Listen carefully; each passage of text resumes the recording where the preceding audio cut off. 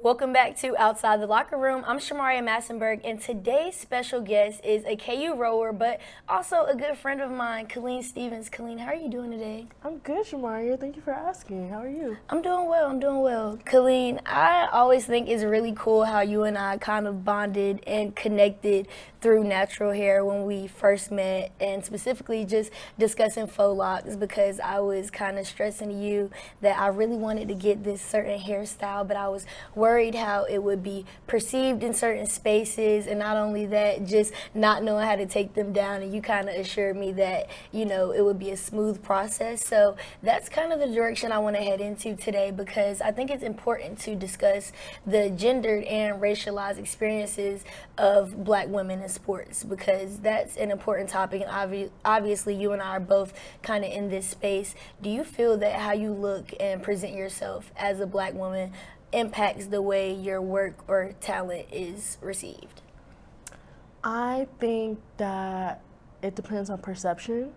I'm not always aware of exactly how my coaches or fellow athletes may view me, but of course it's just knowing that there's systemic racism all around, and it's just wondering if my teammate or even my coach is looking at me at my race and judging me because of it.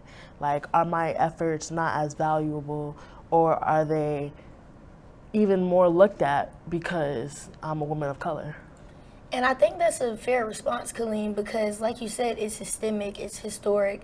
Your teammates or your coaches may not know of their different biases, or even know themselves to be racist, but as a Black woman, because of the systemic racism and the different comments we face growing up about skin color, about hair, makeup, we kind of have this guard up when we walk into certain spaces. So I think that's a fair response. But do you feel that there are certain areas or styles that you wear your hair in? And I know you have locks now, but when I first met you, you didn't.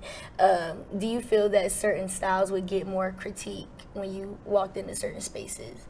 Well, the maintainability of my hairstyles throughout the progression of this year of me starting college athletics has actually forced me to get locks, because I was switching between braids and locks and just other different hairstyles and manipulations of those styles.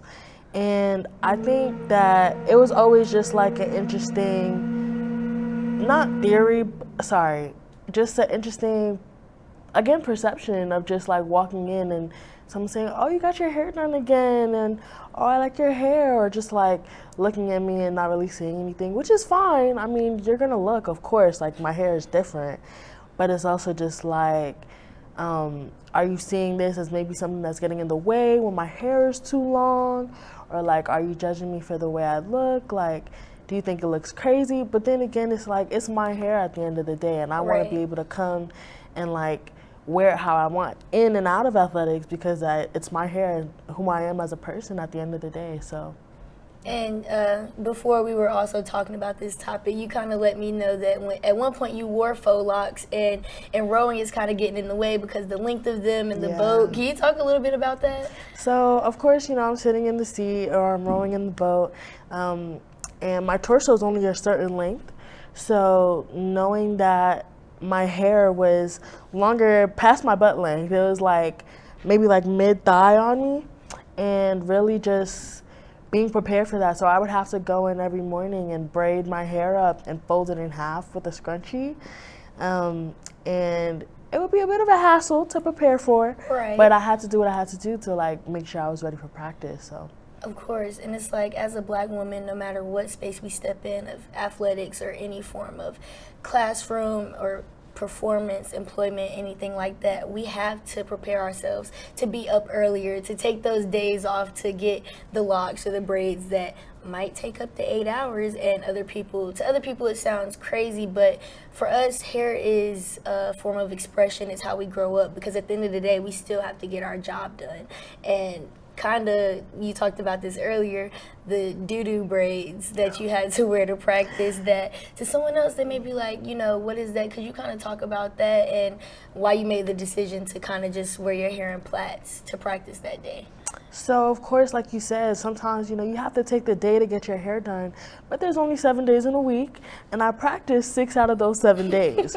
So, often on my off days, I have other responsibilities I need to take care of. I'm an engineering student, I have homework, I have projects, a whole bunch of other things I have to get done.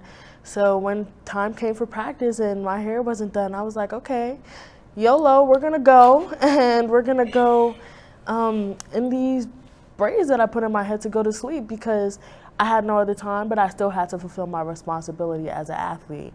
But it was just walking in, and yes, I was very self-conscious of that because I'm knowing that this isn't a way that I should normally wear my hair out. Like, this isn't presentable to me. But I also knew that going into practice, I would just have to like keep my head down a little bit, but people would also notice because it's something, again, different on my head. So. And I want to kind of point out something you said. You said it's not presentable on me. And I think that's kind of the misconception and the misunderstanding of non-people of color, because it's not presentable to you or for you, but that's why we have things like the Crown Act in place to kind of prevent that bias towards black women and how we wear our hair, because we don't normally want to wear our hair out for the fact that there will be that misconception and that people won't understand that our hair has to sit in those little plaits or braids to curl the way we want and last the full 7 days out the week, if even that long. So I'm glad you pointed that out. And then also the fact that you said it was kind of like a YOLO moment. There is that moment where you're like kind of just talking to yourself in the mirror like, okay, I'm going to wear my hair like this. And you got to give yourself that confidence boost because, again, we talk about stepping into these predominantly white spaces. There may not be any preconceived notions, but just off the fact that we think there might be, you kind of got to build your confidence up to get ready for that. I definitely gave myself a pep talk that morning, like, it's okay, girl, go in there, do your work, and then come out, and then you can go get your hair done or do it yourself or whatever. Exactly. It's definitely important for us to have those talks with ourselves and to kind of confide in each other, because other people aren't going to always understand. And I think it's important to know that non-people of color don't have to understand our hair or the versatility of it, but that their comments can still be detrimental to how we view ourselves and present ourselves in this space. I agree. And Kellyne, I'm gonna wrap up here, but we talk about these predominantly white spaces, and obviously we go to KU, but I want to know if you ever feel the need to code switch when you walk into a room. I would say that I do, because sometimes I would go into a room and like censor myself or change like the way I speak just to make sure that like I'm professional enough for a space. And not saying that I'm not professional everywhere I go, but it's just like the way I would talk to my friends and other black people in my family isn't the same way that like I would talk to my coach or my fellow athletes. And not because like even like the position of power as my coach, but like me talking to a black woman in a position of power is always going to be a little more comfortable than it'll be of me talking to a white woman in power, just because I know that you can understand me on that front. Right. It's a level of familiarity of almost like family, feeling that kind of family feeling or home feeling with the stranger. Obviously, you're not from Kansas, and I think it's important to acknowledge that.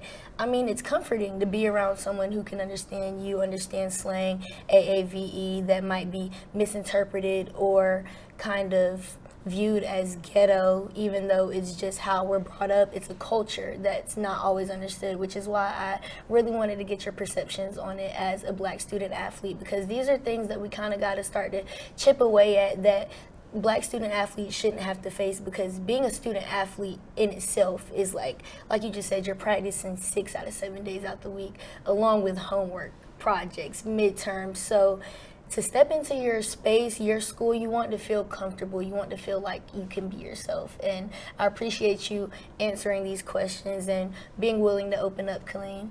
Thank you. Thank you for having me. Well, Kellyne, it's been so great to have you on the show, and I look forward to having more conversations like these with you. Thank you. That is it for this segment of Outside the Locker Room. I'm Shamaria Massenberg, and we will see you next time.